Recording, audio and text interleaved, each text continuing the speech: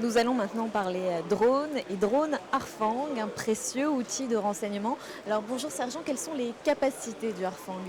Alors le drone Harfang est un drone dit MAL, donc pour moyenne altitude longue endurance.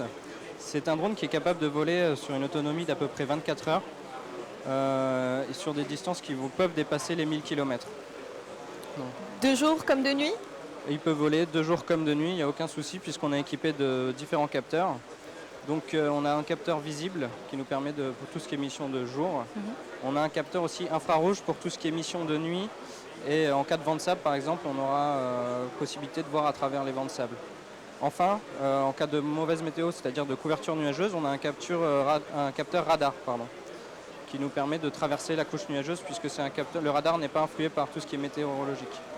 Justement là on voit des images sur l'écran, donc ça ce sont des images qu'a filmé le drone Harfang. Tout à fait, ce sont des images du drone Harfang. Donc là on observe des images du capteur infrarouge. Donc c'est des images qui ont été prises en Afghanistan. Donc le drone Harfang a été engagé de nombreuses fois sur à peu près tous les théâtres majeurs de l'armée française, en Afghanistan, en Libye et également actuellement pour l'opération Serval au Mali. Vous parlez d'opération, mais on ne l'utilise pas qu'en opération évidemment, le drone Harfang. Pas en opération extérieure, mais on les appelle aussi pour des opérations intérieures ou des DPSA, des dispositifs particuliers de sécurité aérienne.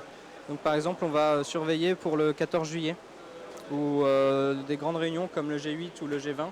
On fait souvent appel à nous. Comment on met en œuvre cet appareil?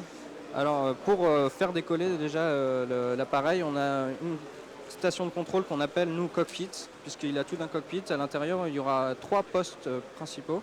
Donc ce sera un pilote ou opérateur de vol. On aura également un interprète image, donc ma spécialité. Et enfin un coordinateur tactique qui va être chargé de chapeauter toute cette équipe pour conduire la mission au mieux. Donc c'est lui le lien avec le commandement, etc. Justement, on va s'attarder un peu sur votre spécialité. Est-ce que vous pouvez nous en dire un peu plus? D'accord, donc moi en tant qu'interprète image, je m'occupe de traitement de toute l'image, de tout type d'image, donc infrarouge, radar ou visible, qui nous sort de l'avion.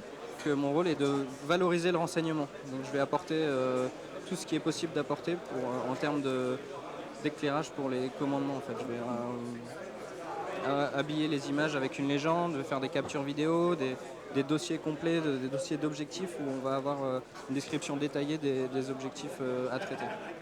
Est-ce qu'il est facilement déployable? Combien de temps il faut pour le mettre en route, le déployer? C'est assez rapide, hein, en moyenne une semaine. Une bonne semaine et c'est largement suffisant.